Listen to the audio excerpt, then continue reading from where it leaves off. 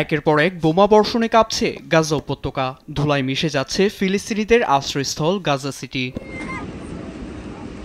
Israel ঘোষিত নির্ধারিত সময় শেষ না হতেই গাজা সিটি, দক্ষিণাঞ্চলের খান ইউনিস এবং মধ্য গাজার বুরেস শরণার্থী শিবিরে হত্যাযজ্ঞে মাতে নেতানিয়াহুর সেনারা। ধ্বংস করে দেয় আল কুদস হাসপাতালের একাংশ। ২৪ ঘণ্টায় প্রতিরক্ষা বাহিনীর বিরতিহীন বোমা বর্ষণ ও ড্রোন হামলায় বহু ফিলিস্তিনির প্রাণ গেছে বলে জানায় গাজার স্বাস্থ্য মন্ত্রণালয়। চিকিৎসা সরঞ্জামের অভাবে স্বাস্থ্যসেবা ভেঙে পড়ার কথাও জানান তারা। চোখে মুখে হতাশা আর উৎকণ্ঠা, বেঁচে থাকার অনিশ্চয়তা নিয়ে ইসরায়েলি বর্বরতা ও চাপের মুখে গাজা সিটি ছাড়ছে ফিলিস্তিনিরা।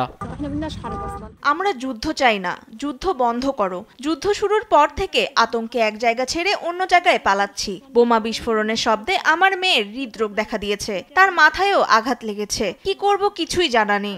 গাজা পরিস্থিতিকে বিশ্ব নেতাদের ব্যর্থতা আখ্যা দিয়ে প্রথম মার্কিন আইন প্রণেতা হিসেবে গণহত্যার তীব্র নিন্দা জানিয়েছেন ডেমোক্রেট শিবিরের সিনেটর বার্নি স্যান্ডার্স।